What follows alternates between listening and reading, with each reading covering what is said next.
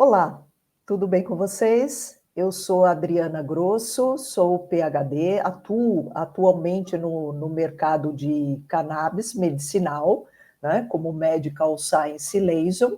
Tenho graduação em Ciências Biológicas, fiz o mestrado através da USP de Ribeirão Preto e o doutorado através do INCOR, da Faculdade de Medicina da USP.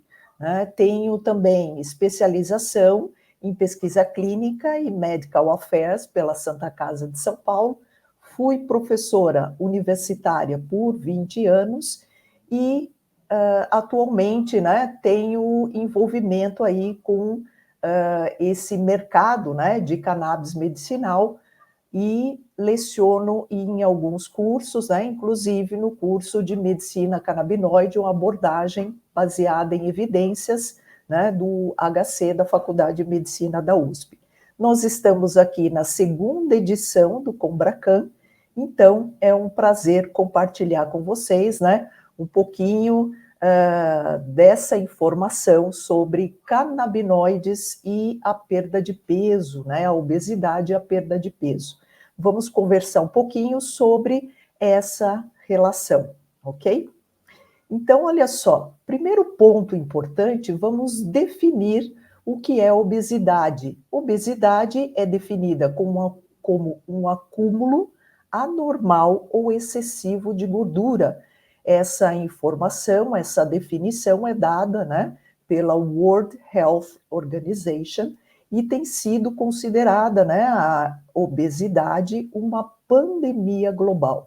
Como é que é calculada, como é que são os parâmetros, né, que diferenciam obesidade e sobrepeso? Então, nós utilizamos atualmente o IMC da obesidade, que é em torno aí de 30 quilogramas por metro quadrado, enquanto que o IMC do sobrepeso de 25 a 29,9 quilogramas por metro quadrado. É claro que essa informação, né, esse, digamos, valor estándar de sobrepeso e obesidade são diferentes entre determinadas populações, como a gente vai verificar juntos mais para frente. Bom, obesidade realmente é um problema atual dessa sociedade moderna, né? E ela cursa com uma fisiopatologia bastante distinta em pessoas com obesidade, que resulta em poderosos mecanismos que podemos dizer que são homeostáticos e que essas pessoas, quando tendem a entrar em tratamentos para regularizar, né, para diminuir essa obesidade, esses mecanismos homeostáticos acabam interferindo na perda de peso e até impedem essa perda de peso e acabam, então, promovendo o ganho de peso. Nós vamos conversar um pouquinho melhor mais para frente sobre possíveis tratamentos, né? E como que os melhores tratamentos podem ser inseridos, né? Podem ser propostos, né, para os pacientes e como isso leva o organismo a responder de forma mais satisfatória. Então, aqui a gente está vendo que perder peso não é um processo fácil, tá? E que o próprio organismo, com os seus mecanismos homeostáticos, acaba gerando uma ação para novamente um ganho de peso, tá? Então, intervenções comportamentais ou médicas de curto prazo frequentemente não são suficientes. Então, a gente tem que procurar sempre as melhores condições de tratamento, de intervenções, para ter aí os melhores resultados. Bem, a obesidade é um balanço de energia positivo e que é multicausal. Então, nós temos aqui nessa figura fatores que podem influenciar, né, esse balanço de energia positivo, tá, causando, levando a um processo de obesidade. Nós vamos ver aqui três causas principais. Então, a primeira, por exemplo, nós temos aqui a superalimentação, os estímulos para a alimentação. E quais estímulos podem ser esses? Podem ser, por exemplo, estímulos socioculturais, falta de conhecimento, né? Algo emocional, comer emocional, né? Snacking, que é aquela, né, comer pouquinho em pouquinho, ficar comendo o dia inteiro, a falta de sono, pode ser medicações, né? Tudo isso acaba interferindo de alguma forma a essa busca incessante pela alimentação ou overeating, né, que é a superalimentação, aumento do consumo aí de calorias. Outra causa importante desse balanço energético positivo crônico, né, falta no gasto energético. Então, nós temos o próprio envelhecimento, as diferenças, né, entre os sexos, problemas genéticos, epigenéticos, fatores endócrinos, sarcopenia, alterações na microbiota, né, também medicamentos que interferem, né, que dificultam um melhor gasto de energia. Então, fatores também importantes que levam à obesidade. E, além disso, o terceiro fator, a inatividade física, né? Mudanças físicas, fadiga crônica, dor muscular, dor nas articulações, né? Barreiras emocionais que dificultam a pessoa acabar, né, levando uma vida um pouquinho mais de movimento, tá? Bom, além disso, nós podemos dizer que nosso ambiente é um ambiente obesogênico, com vários fatores sociais, ambientais, biológicos, né, que fazem parte da nossa sociedade moderna e acabam, né, influenciando em muito esse ambiente, né, de obesidade. Então, nós podemos citar a cultura de alimentação, né, a influência da televisão, das mídias sociais, levando o indivíduo a experimentar, né, determinados alimentos. Nós nos movimentamos bem menos, né, atualmente do que há 20, 30 anos atrás. Então, o nosso transporte, fumo, que mais? O marketing, né, que leva a uma alimentação menos saudável, né, o ambiente em que essa alimentação está disponível, a própria poluição e assim por diante, né? O próprio estresse de todo esse ambiente, de toda essa influência, acaba levando a esse ambiente obesogênico. Bom, é importante a gente conhecer um pouquinho da prevalência por país, tá? E eu trouxe aqui essas duas figuras, a primeira delas mostrando aqui um mapa mundial, né, diferentes localizações, e vocês podem ver que aqui os dados de 1975, né, mostram que, segundo a escala, as cores mais claras mostram um ambiente, né, uma distribuição mundial de menos obesidade. Enquanto que, se a gente olha aqui os dados de 2014, vejam que as cores estão mais escuras, portanto, os maiores índices de obesidade, de sobrepeso, né, e de obesidade. Se a gente olhar a distribuição, né, de prevalência de obesidade por países, né, a gente vai ver que o Brasil ele está aqui mais ou menos na metade, né, sendo que as extremidades mostram Estados Unidos com maiores índices aí, né, de valores de obesidade, de número de obesos, em relação ao Japão, por exemplo, aqui na outra extremidade com menor número. Então, é um fator importante para a gente entender o quão grave é o problema, né? O quanto é importante a gente olhar para o tratamento, procurar o melhor tratamento, o tratamento ideal, o mais completo, que ajude as pessoas a ter uma perda de peso. Mostrando aqui também para vocês, prevalência nos Estados Unidos, né, segundo dados da INHANE, que é um órgão, né, nacional de saúde e de nutrição, que levanta uma série de dados, né, para poder trabalhar a questão epidêmica, né, do ganho de peso. Então, a gente pode ver aqui neste quadro, né, que aproximadamente 1 em 3 pessoas nos Estados Unidos apresenta sobrepeso. Então, aí, em torno de 30,7%. Mais do que uma pessoa, ou melhor, mais do que um homem a cada 3, 34%, mais do que uma em 4 mulheres, 27%, estão apresentando sobrepeso. Mais do que 2 em 5 adultos, 42% aproximadamente, têm obesidade, incluindo aqui nesses dados o que a gente chama de obesidade severa, né, o último grau de obesidade. E aproximadamente 1 em 11 adultos tem obesidade severa. Então, realmente é um problema importante. Nos Estados Unidos, como a gente está vendo, ele é bem característico, né? Uma série de recursos, né, são voltados em questão de saúde, das complicações, né, que levam à prevalência de sobrepeso, obesidade e até casos de obesidade mórbida. Mas não foi só nos Estados Unidos que isso chama atenção, né? Interessante que,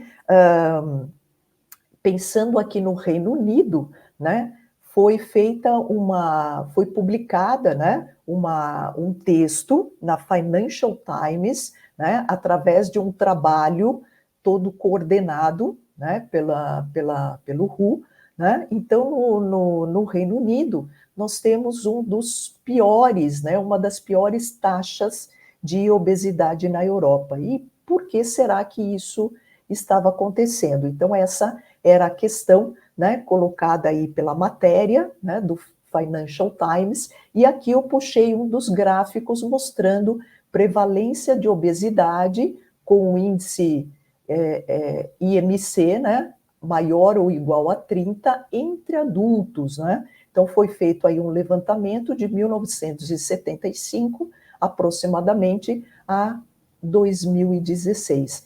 E vejam que vários países, Itália, França, Alemanha, Espanha, Grécia, tiveram seus índices aumentados, né, nesse período. Apenas Japão e China é que mantiveram os índices menos crescidos, né, menos avantajados em número aí de pessoas, né, com esse quesito de sobrepeso e especialmente de obesidade. E como é a situação aqui no Brasil? Esse trabalho é bastante interessante, se tiverem oportunidade, deem uma lida, né? Concentrem-se nos detalhes. Foi um trabalho projetado, né? A ideia aqui era projetar para 2030, a partir de dados coletados de 2006 até nos dias próximos, né, nos dias atuais, né, do que nós temos de crescimento aí de obesidade.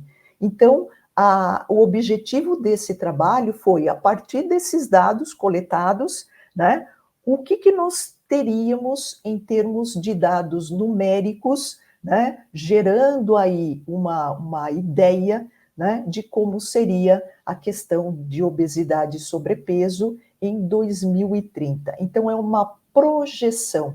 Como é que foi feito, né, esse trabalho considerando uma projeção? Foi utilizado aqui um modelo de regressão logística, tá, multinomial, tá, para predizer a prevalência, né, do índice de massa corpórea junto a diferentes categorias, né, considerando nessas categorias o sexo do indivíduo, né, lembrando o sexo biológico, masculino ou feminino, né, a cor da pele, a raça e o conhecimento educacional, né, tudo isso relacionado a diferentes capitais brasileiras. E o que foi obtido, então, que a gente consegue visualizar nesse esquema colorido aqui ao lado?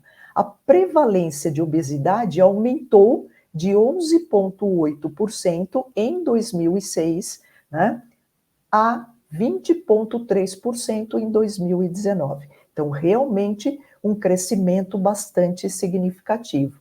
E a prevalência projetada lá para o ano de 2030, estima-se que 68,1% das pessoas realmente tenham, né, uma característica, sejam classificadas como pessoas portadoras de sobrepeso e 29,6% para obesidade. 9,3% até considerando obesidades classes de 2 a 3, que são obesidades mais arriscadas. Mulheres, negros, né, outras etnias minoritárias, né, adultos de média idade, né, com menor ou igual a 7 anos de educação, né, de regiões mais ao norte, nordeste, né, do país, estimados, né, ter maior índice de obesidade ou de prevalência de obesidade lá no ano de 2030. Então vejam que aqui no Brasil o assunto é bastante sério, né? Várias pesquisas têm sido feitas, não só com relação à prevalência, mas para chamar a atenção de todos realmente pelos perigos, os riscos, né? E que realmente a gente tem um estado aí de obesidade e sobrepeso bastante preocupante. Nós podemos ver aqui nessa imagem, né, que a obesidade é uma doença que pode levar a doenças importantes, graves, né, comprometer não só a saúde, como também acabar levando à morte, né, pelo aumento de risco de doenças cardiometabólicas. Então, nós vemos aqui na parte inferior, né, do quadro que nós temos aí risco de doenças cardiovasculares, como aterosclerose, acidente vascular, infarto, né, hipertensão, com relação a cânceres, maiores índices, né, de câncer endometrial, de cólon, retal e assim por diante. Além de doenças respiratórias, doenças relacionadas à parte endócrina, músculo-esquelético e doenças também gastrointestinais.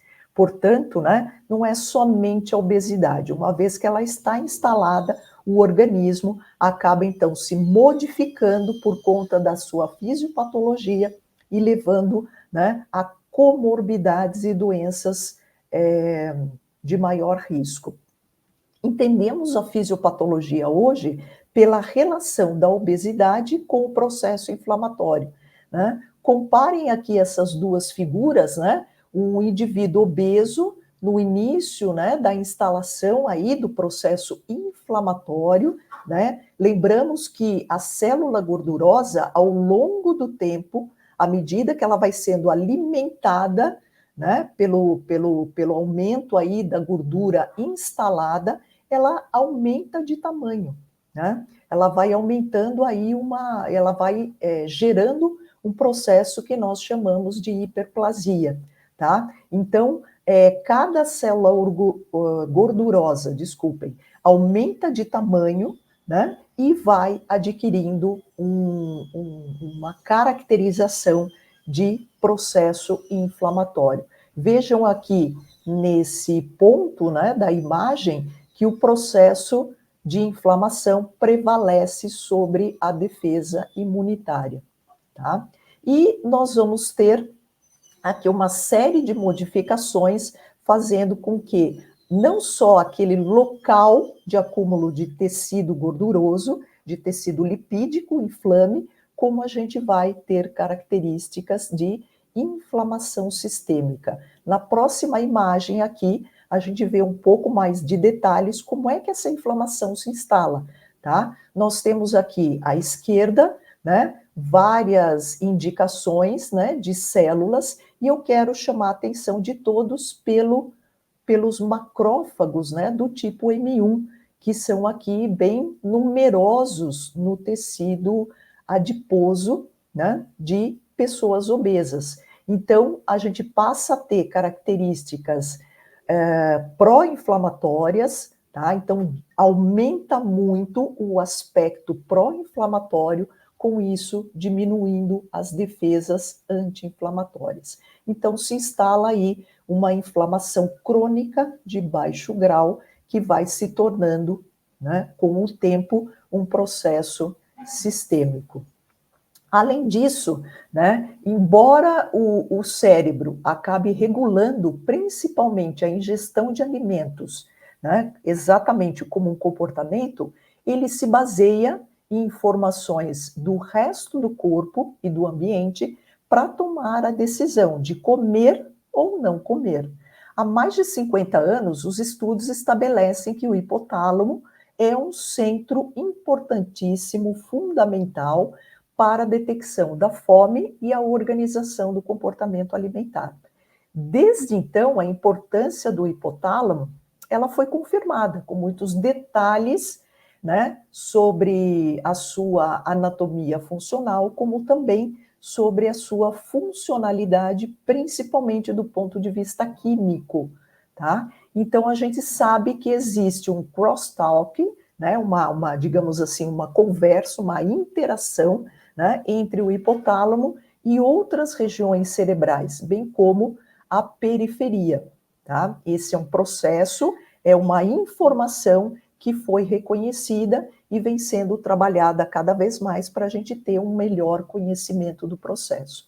Qualquer interferência nas funções normais desse circuito hipotalâmico leva a prejuízos, tanto na regulação do equilíbrio energético, né, especialmente, né, nessa regulação do equilíbrio energético, e muito esforço de pesquisa é direcionada para esse circuito, como a gente pode ver aqui na imagem.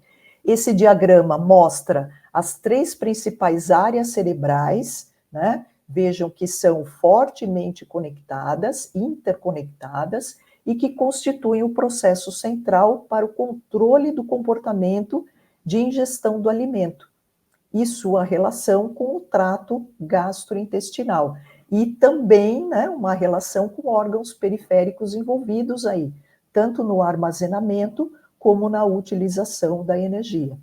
O romboencéfalo, mostrado aqui na imagem, né, como hindbrain, né, ele se preocupa principalmente com o controle do tamanho da refeição, pois possui todos os elementos para detectar informações sensoriais mediadas por aferências, né, principalmente as vagais, e fatores circulantes, e com isso gerar resultados motores associados à ingestão do alimento, à digestão e propriamente a absorção desses alimentos. O sistema córtico-límbico, composto por grandes áreas corticais, gânglios basais, hipocampo, amígdala, está intimamente ligado ao hipotálamo e ao tronco cerebral e vai fornecer todo aquele suporte emocional, cognitivo e executivo para o comportamento de ingestão dos alimentos. O hipotálamo, por ele próprio, né, por meio das suas conexões com outras áreas, ele é central para a vontade de comer e pode modular de forma potente os órgãos periféricos por meio do fluxo de saída, tanto autonômico quanto a parte endócrina, tá? Muito bem.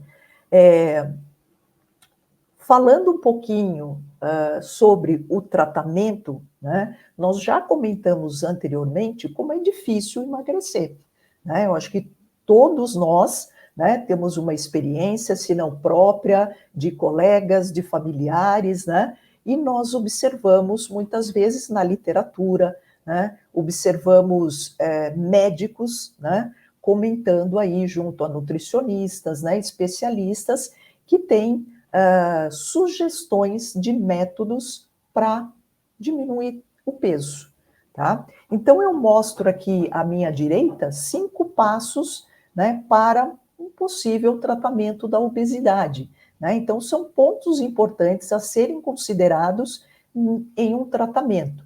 Então, para iniciar esse tratamento, é importante, junto aqui com o diagnóstico, uma conversa importante, né, com o paciente, além da anamnese inicial, né, levantar junto ao paciente todas as possíveis tentativas, né, que ele realizou para perder peso, né? Se tem relação com familiares, né, se esse peso está relacionado, esse ganho de peso está relacionado com algo emocional. Então, todos esses fatores são importantes e vão ajudar aí muito aqui no segundo aspecto, que é o diagnóstico. Além disso, né, tem toda uma discussão, né, a partir dessa gama de informações oferecidas pelo paciente, né, como será o tratamento efetivo para aquele caso. Tá? Lembrando que sempre é importante, né, um tratamento que tenha também a sua individualidade. Então, pensando nesse tratamento, vamos pensar como é que o organismo responde a ele, né? Então, se a gente pensar aqui numa iniciativa de perda de peso, né, vamos lembrar que o organismo tem adaptações endócrinas que levam ao aumento do apetite, diminuição da saciedade, levando a um persistente aumento da fome. Tá? O organismo, a princípio, quando se começa um tratamento para a obesidade, existe uma alta resistência em continuar aquela perda de peso. E aí, no final das contas, né, se existem falhas, se o paciente fica titubeando, vamos dizer assim, né, em permanecer naquela eficiência do tratamento, pode haver um reganho de peso. Então, esse é um fator extremamente importante, né, de conversa, de atenção, né, que nós temos que ter com relação ao tratamento aí da perda de peso.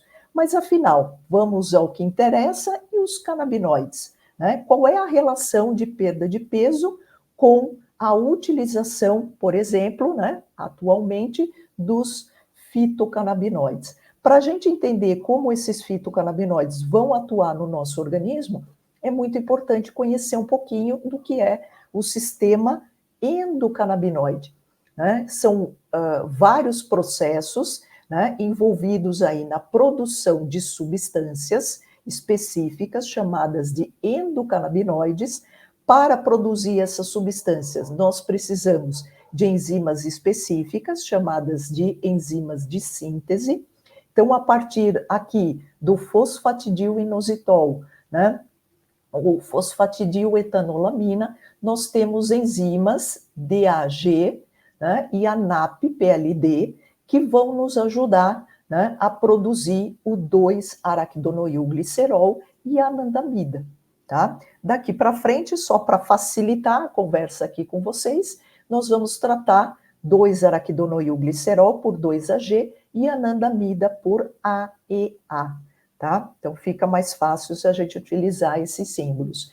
Então, esses dois compostos, são conhecidos como endocannabinoides, que vão atuar na nossa fisiologia, buscando exatamente manter o organismo no que a gente conhece de sistema equilibrado, sistema que funciona bem, que mantém o estado saudável, que nós chamamos de homeostase, tá? Esse sistema, né, quando produz essas duas substâncias, né, contribuem para memória, aprendizado, plasticidade cerebral, desenvolvimento neuronal, nocicepção, inflamação, metabolismo, o próprio balanço energético, né, regulação do estresse e também das emoções. Ou seja, se o sistema endocannabinoide está trabalhando, né, em função da homeostase, claro que as principais atividades que mantêm a nossa sobrevivência são mantidos, né, dentro de um patamar, né, de equilíbrio, exatamente por esse sistema endocannabinoide.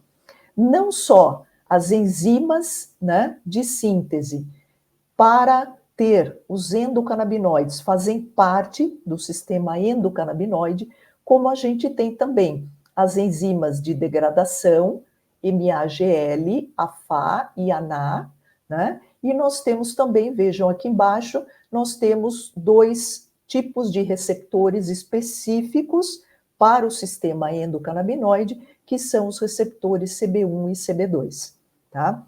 Então, esse é o conjunto, né, de ingredientes que mantém o nosso organismo sempre trabalhando em prol da saúde e manter o nosso bem-estar e a nossa qualidade de vida. Agora, há um tempo atrás, né, alguns anos atrás, lá por volta de 2005, 2006, baseado nos estudos desse sistema endocannabinoide, foi lançado pela indústria farmacêutica, né, um medicamento chamado de Acomplia. A base desse comportamento era o rimonabanto, né? E o rimonabanto, então, foi caracterizado como um bloqueador, uma substância bloqueadora do receptor seletivo, né, o CBD1, tá? Então, o receptor CB1, né, era bloqueado por esse medicamento. E uma vez que isso acontecia, nós tínhamos resultados extremamente interessantes relacionados à perda de peso. Então, duas publicações extremamente importantes, né, estão sendo mostradas aqui, utilizando o rimonabanto, né, como principal substância para perda de peso, para controle cardiometabólico, né, no sobrepeso, na obesidade. Ambos os trabalhos, né, foram realizados por muitos pacientes em diferentes locais, tanto no Brasil como fora do Brasil, tá? O estudo é um trial controlado por placebo, né, double blind, né, randomizado, ou seja, né, o duplo cego randomizado. Foram mais de 3.000 pessoas, né, somente num único estudo, num dos estudos, tá? Índice de massa corpórea 27, né? Indivíduos que permaneceram em tratamento, né, com outros medicamentos de controle, tá? E 2 estudos extremamente eficazes, né, com relação à perda de peso associado a exercício e, claro, a uma dieta alimentar. Então, como é que funcionava exatamente, né, essa perda de peso? Então, nós temos, né, na verdade, uma ideia, né, pelas evidências científicas, né, que toda vez que o sistema endocannabinoide está superativo em questão de metabolismo, como a gente pode ver aqui, ó, a superatividade do sistema endocannabinoide, tanto agindo em áreas cerebrais como também em tecidos periféricos. O que nós temos? Nós temos como resultado um ganho de massa gordurosa, massa lipídica, tá? E a dificuldade disso está justamente, né, que esse ambiente, né, fica criando cada vez mais estímulos, né, para ingerir mais alimentos, ter mais calorias e aumentar cada vez mais o estoque de gordura. E, além disso, a gente sabe que acaba levando a uma série de complicações orgânicas, como aumento da resistência à insulina, o aumento, a redução do HDL colesterol, né, que é o bom colesterol, digamos assim, aumento de triglicérides e diminuição de adiponectina, que é um protetor, né, que tem uma ação anti-inflamatória aí sobre o tecido. Então, nós temos exatamente um ambiente obesogênico e um ambiente, né, inflamatório quando nós alimentamos cada vez mais, né, esse sobrepeso e essa obesidade. Quando foi feita a pesquisa com o rimonabanto, o que aconteceu? Então, partindo dessa situação, né, de que o sistema endocannabinoide, né, está superativado, superestimulado, né, ao colocar aqui o uso do antagonista do receptor CB1, né, agindo sobre o cérebro, sobre as regiões do sistema nervoso central, e também o antagonista do receptor CB1 atuando sobre as questões, sobre os tecidos periféricos, né, nós acabávamos, então, reduzindo não só a obesidade, o sobrepeso, tá, como também reduzíamos bastante todos aqueles fatores metabólicos que alimentavam esse processo inflamatório. Então, é excelente, né? Excelentes resultados, excelentes números, né? Excelente pesquisa do ponto da evidência científica, só houve um problema seríssimo, importante. Antes de falar do problema, né, só mostrando aqui um dos trabalhos, um dos resultados, né, é claro que a utilização do rimonabant precisava ser criteriosa, né, então em qual dose realmente o rimonabant na época poderia trazer benefícios, né, então junto ao placebo, né, em comparação ao placebo, né, o rimonabant foi testado com o valor de 5 miligramas, né, a dose, e também com 20 miligramas. E foi justamente nesse valor de 20 miligramas, né, que vocês percebem aqui mudança do peso do corpo, tá? Para baixo, sempre valores menores, portanto, né, cada vez mais uma perda de peso significativa, quanto mais tempo se utilizasse esse rimonabant, tá?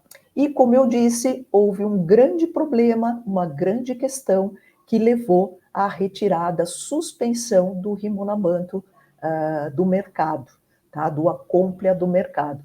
Vocês podem ver aqui, justamente eu destaquei, né, num quadrado vermelho, né, nós perdemos com esse antagonismo do receptor CB1 todos aqueles fatores neuroprotetores. Portanto, aumentar os efeitos colaterais, né, neuropsicológicos. Tá? E o principal deles que levou à suspensão do estudo e até mesmo depois a retirada do medicamento, né, do mercado, foi a ocorrência de suicídios. Então, quem utilizava conseguia emagrecer, mas alguns pacientes, né, chegaram até a essa questão de completar realmente o suicídio. Então, mostrou-se que esse medicamento, né, apesar de uma ação positiva sobre a perda de peso, né, a questão do suicídio não era um ponto, né, importante, ou seja, um ponto a ser considerado, né, no sentido de retirar o produto aí do mercado.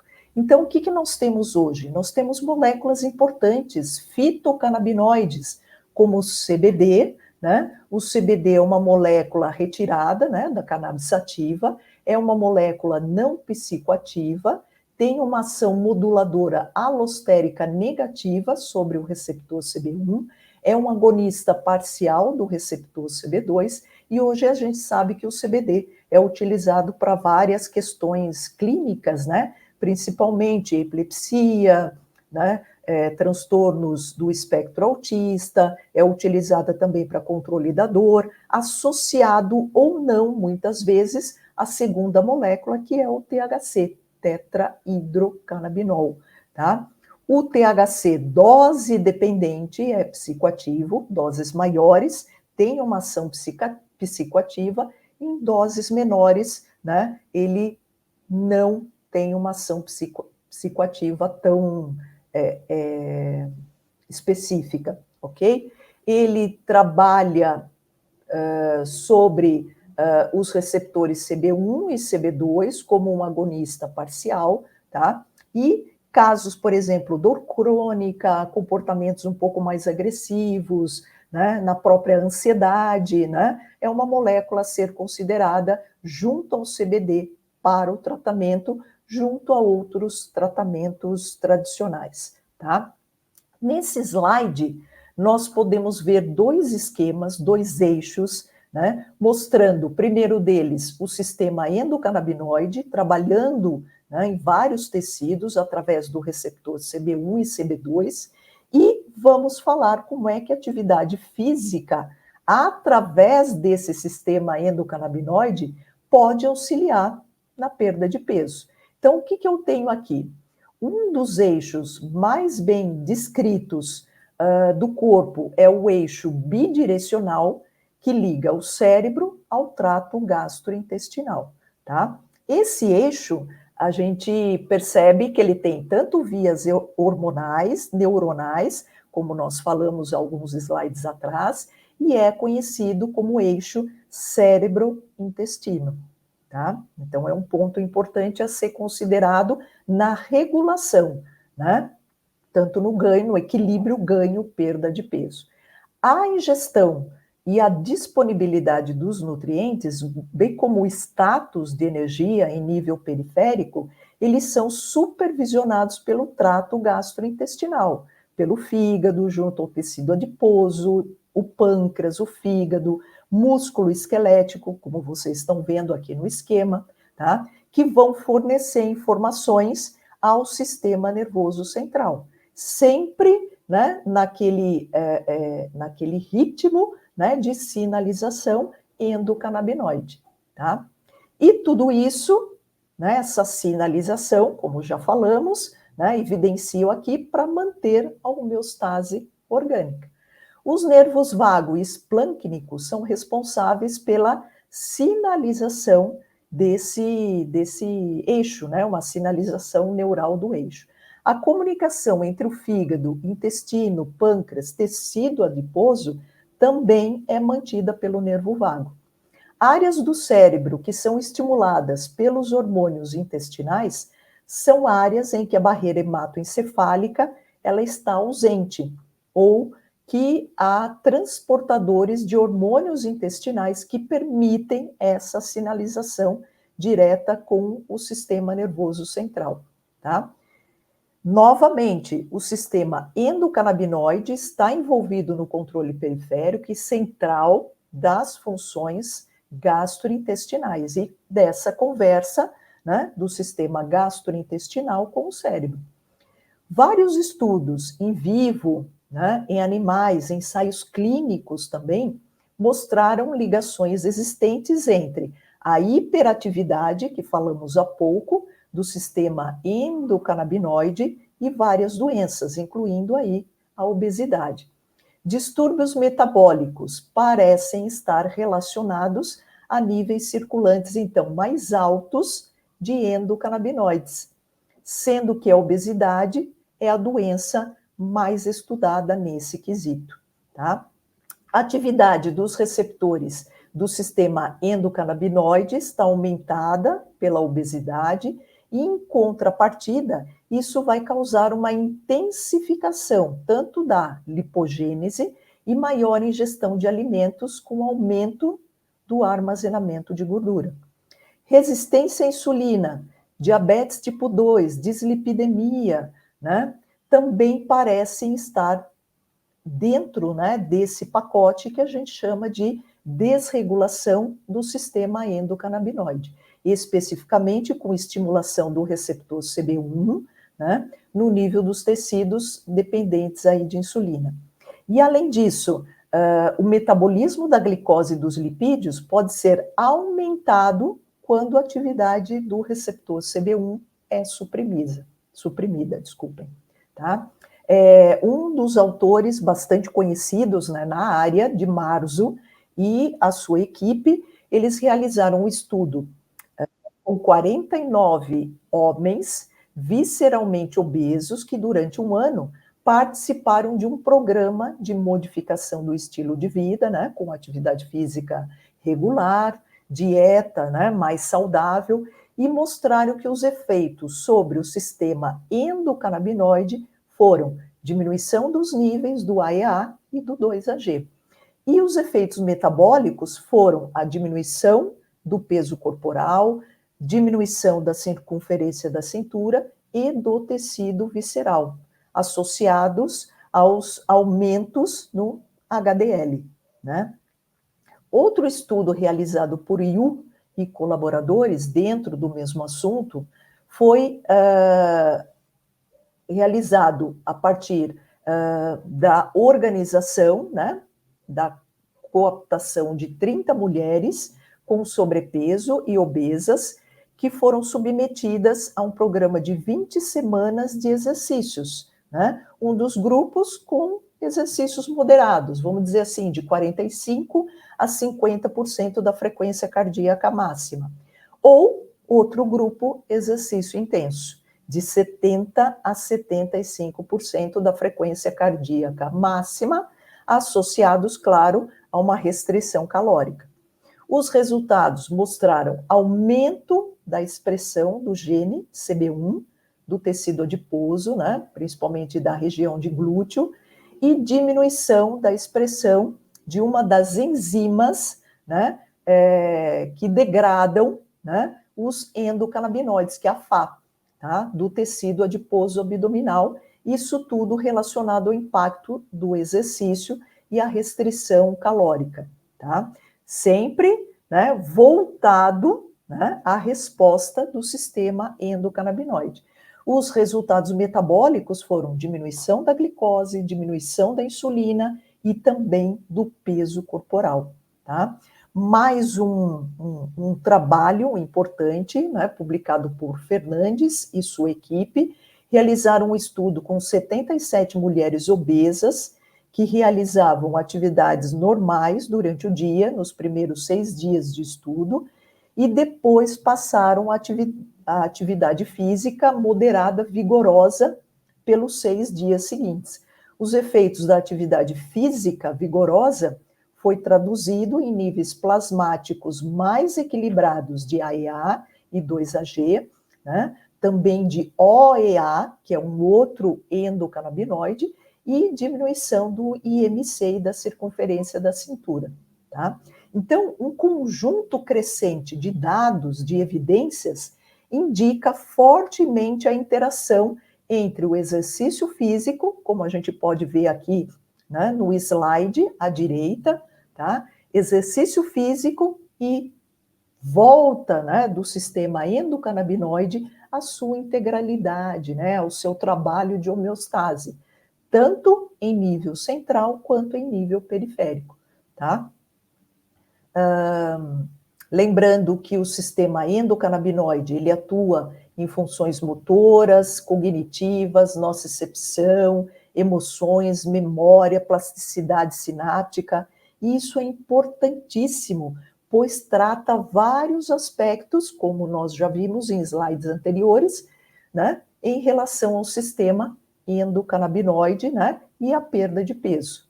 Essa estreita relação entre o sistema endocannabinoide com dopamina, por exemplo, que foi levantado, né, por um dos trabalhos, mostra que eles têm uma função no sistema de recompensa do cérebro.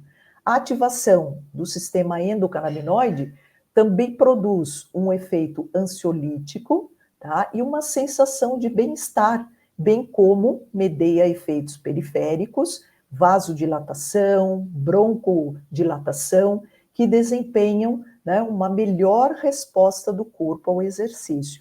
Então, veja que o sistema endocannabinoide, junto ao exercício físico bem feito, né, com frequência, sem desistência, vai ajudar e muito o corpo a adquirir uma melhor condição de funcionamento, uma melhor condição fisiológica, né, diminuindo aí as comorbidades da obesidade. Por fim, nós podemos falar que o sistema endocannabinoide pode desempenhar um papel crítico também na inflamação. Então, vamos ligar esse fator com o uso dos fitocannabinoides, como CBD, THC, que tem ação anti-inflamatória. Modula a ativação, migração de células imunológicas, né, como nós vimos para aquele tecido gorduroso, aquele tecido lipídico, né, que está aumentado, inflamado, bem como expressão de citocinas inflamatórias. Então, a questão aqui colocando, né, toda essa ambientação para vocês, todas essas informações, a questão é, será que nós podemos utilizar fitocannabinoides para melhorar essa condição periférica central no indivíduo com sobrepeso e obesidade? Né? Então, a gente percebe aqui por vários trabalhos, várias publicações, né? Mostrei poucas pré-clínicas, mais clínicas, mostrando que indivíduos têm muitos ganhos, né, quando a gente interfere aí no funcionamento homeostático do sistema endocannabinoide. Então, é através, né, desse pensamento que a gente vai seguir agora. Olha só, o sistema endocannabinoide envolvido aqui através dos receptores CB1 e CB2, né, num mecanismo de Browning, Não, eu sei que vocês podem estar com fome, não estou falando de brownie, né, que é aquele bolinho de chocolate para comer junto com sorvete, não, senhores, mas estamos falando de um processo pelo qual o tecido adiposo branco inflamado, ele é levado, né, para uma modificação em direção ao fenótipo menos inflamado, que é exatamente a transformação a um tipo de tecido adiposo marrom. E aí a gente tem a participação, né, do sistema endocannabinoide através dos receptores CB1 e CB2, tá? Nesta imagem, nós temos interações da leptina e grelina, né, com o sistema endocannabinoide. Já se sabe, né, que esses dois hormônios trabalham intensamente, né, entre os neurônios hipotalâmicos, né, no sentido de regular fome e saciedade, e que essa regulação, né, tem a participação intensa do sistema endocannabinoide, como não haveria de ser, né? Então, a gente pode ver aqui que, desculpem, as flutuações dos níveis de endocannabinoides no hipotálamo em relação ao estado nutricional, elas têm sido associadas também à ação de hormônios metabólicos, né, envolvidos na regulação da ingestão de alimentos, do metabolismo periférico e também gasto e ganho de energia, tá? Se a gente olhar bem esse esquema, a gente vai ver o destaque aí para um hormônio que é a leptina, tá? O hormônio leptina é o mais estudado até o momento. Ele é um supressor do apetite produzido pelos adipócitos para sinalizar o excesso de energia. Então, ele ajuda a reduzir a ingestão de alimento e a induzir também ao controle do gasto energético. Um segundo hormônio, a grelina, é um peptídeo orexigênico, ou seja, um estimulante do apetite, e é derivado do intestino. Também foi relatado como, né, ambos, né, grelina e leptina, interagindo com o sistema endocannabinoide, tá? No esquema, a gente mostra interações da leptina e da grelina, né, nos neurônios hipotalâmicos, a interação com esse sistema endocannabinoide. Ambos os hormônios estimulam áreas específicas do hipotálamo e coordenam o balanço energético, tá?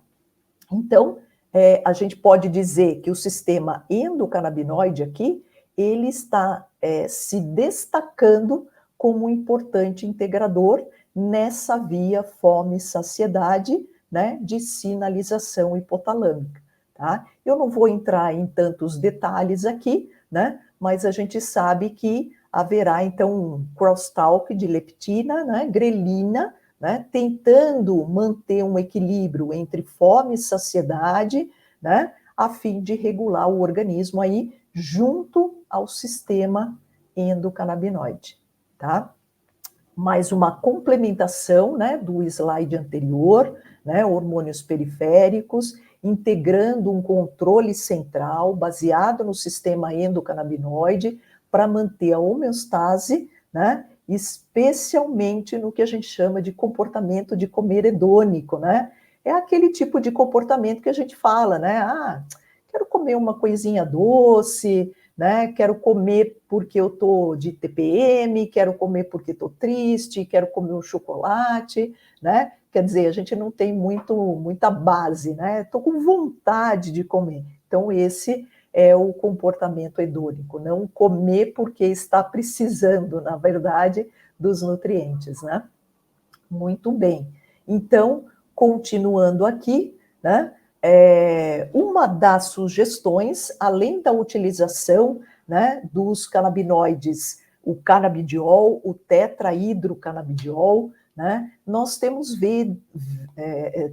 encontrado aí na literatura, né, a possibilidade de uma outra molécula, que é o delta-9-tetrahidrocanabivarina, né, o famoso THCV, né, que atua como um antagonista neutro CB1, né, nos nossos tecidos, produzindo aí, especialmente, né, no controle do sistema endocannabinoide hipotalâmico, um comportamento de hipofagia, que vai ajudar na redução da perda de peso, tá? Então, as pessoas que já utilizaram, é um produto que já está no mercado, né? Não são muitas empresas que o produzem ou que trazem, né, de forma importada, mas é um fitocannabinoide importante que reduz aquela busca, aquela vontade de comer de forma hedônica, né? Fazer comer aqueles snacks aí, final da tarde, né? Quando aumenta a fome. Então, a regulação principal aqui é uma regulação central periférica, né? Para diminuir essa busca pelo alimento, ficar mais tempo sem alimentação. Então, eu trago aqui uma informação importante, né? Que o THCV é um análogo do THC. No entanto, né, diferente do THC, esse THCV ele não tem propriedades psicoativas, tá? Então, ele pode ser utilizado tanto em concentrações menores, como havendo necessidade em concentrações um pouquinho maiores, né? Para essa questão do controle pela busca do alimento, tá? Então, aqui eu mostro um trabalho do efeito, né, do THCV no ganho de peso do corpo, né, do acúmulo, né, da ingestão do alimento cumulativa, né, e também do gasto de energia. Esse daqui é um trabalho mostrando, é um trabalho pré-clínico, né, em camundongos, né, da raça Dio, certo? E a gente percebe aqui, talvez a imagem esteja um pouquinho pequena, né? Não sei se dá para ver bem, mas diferentes concentrações, e a melhor concentração que provocou a melhor, né? O melhor controle com relação à perda de peso foi justamente 5 miligramas quilograma, né? No caso aqui de ratos, tá? Então, desde esta primeira publicação, né, o mercado, né, de cannabis medicinal tem olhado com mais carinho, né, para essa utilização do D9-tetrahidrocannabivarina, tá? Aqui eu não vou ficar citando, né, os diferentes medicamentos alopáticos que nós temos no mercado, né? Sabemos que tem medicamentos apropriados para diferentes casos, tá? Mas sabemos que a grande parte dos medicamentos, né, tem alguma resposta relacionado, né, a trazer efeitos colaterais, tá? E às vezes muito, não só um efeito colateral, mas 2 ou 3 efeitos colaterais que dificultam aí a qualidade de vida. Muitas vezes, esses medicamentos eliminam a gordura, por exemplo, em situações diarreicas, né? Então, isso acaba gerando, né, um efeito colateral bastante desagradável para quem utiliza, tá? Além de cefaleias, né, mal-estar, enjoos, êmese, né? Então, uma série de complicações que tira a qualidade de vida do indivíduo, né?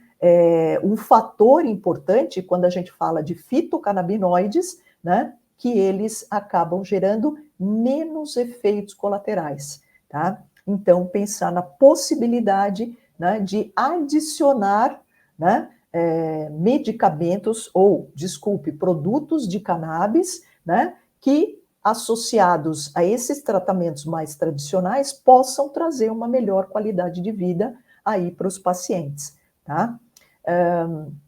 Temos aqui trabalhos, né, mostrando aí o THCV, inibe a produção de nitrito, né, em macrófagos peritoneais, né, e isso ajuda a controlar, limitar muito, né, o fator inflamatório, né, sobre o tecido adiposo, tá? E efeito desse THCV, né, sobre células beta expostas aí a uma alta dose de glicose e alta dose de lipídios, Então, ajudando também, possivelmente, com comorbidades, né, que venham associadas aí ao estado obesogênico, tá? Finalizando, nós temos aqui, né, essa dualidade, né, cannabis e obesidade, é possível utilizar, quais são os benefícios. Então, nesta publicação, nós podemos ver aqui os 3 diferentes fitocannabinoides, tá? Dentro do sistema canabinoide, a disponibilidade de receptores. Lembrando, pessoal, que o sistema endocannabinoide, ele não trabalha exclusivamente, ele não fica restrito aos receptores CB1 e CB2, tá? Uma das propriedades importantíssimas do sistema endocannabinoide é a possibilidade de ligar-se a uma variedade enorme de receptores, né? E essa variabilidade permite aí uma sinalização intracelular mais completa, mais dinâmica, mais diferenciada, né? O que fecha um esquema de homeostase muito mais completo, muito mais positivo, tá? Só para comentar aqui um pouquinho, né, com vocês, aqui embaixo nós temos alguns sinais, né, representando aí antagonismo, agonismo parcial, né, e que vai estar representado aqui em cima para cada um dos receptores, como que eles vão agir, né, quando um desses 3 fitocannabinoides se ligar a eles, tá? Então, a gente tem resultados bastante positivos mostrados aí pela literatura, né? Aumento da atividade aqui, né? Relacionada aí prebiótica, né? Com relação ao uso, né? Do THCV, né? Nós temos efeitos anoréticos importantes, redução do peso do corpo, né? Temos também aumento aqui, né? Poxa, sensibilidade à insulina, a letra está um pouquinho pequena, tá? Vou tentar ler o máximo aqui para vocês. Então, a utilização do THCV, a utilização do THC isolado ou associado ao CBD, e no caso de CBD, redução, né, de estresse oxidativo, né, redução da inflamação, que são pontos extremamente positivos para conter aí o aumento, né, como nós falamos, hiperplasia do tecido adiposo, e diminuição do peso do corpo, com redução aqui também do estresse oxidativo e inflamação, além de prevenção aí, ajudar, né, em respostas antagônicas, tá? O último slide, mostrando aqui os compostos, né, anti-inflamatórios, o efeito anti-inflamatório desses compostos de cannabis. Vejam o CBD, que atenua os efeitos, né, relacionado aí ao sistema imunológico, né? Temos redução da expressão de genes pró-inflamatórios, então um controle melhor. Olha que interessante aqui o receptor PIPAR, que é um receptor nuclear bastante importante relacionado à expressão gênica. Então, a gente tem um controle, né, importante aqui em relação aos genes e diminuição da apresentação de antígeno, né? Então, toda aquela questão imunológica que também está relacionado aí ao início do processo inflamatório. Então, controle melhor sobre o processo inflamatório. O THCV atenua aí o efeito, né, de recepção, né, também trabalhando a questão imunológica, e o THC, através de ações em receptores CB1, tá, melhorando a microbiota, né, aumentando aí o trabalho, né, de combater as células inflamatórias, tá, e melhorando as células aí para a ação da insulina, ok? Eu termino por aqui, agradeço muito a participação de todos, espero que as informações tenham sido claras, né, e fico à disposição para nos encontrarmos até a próxima. Muito obrigada.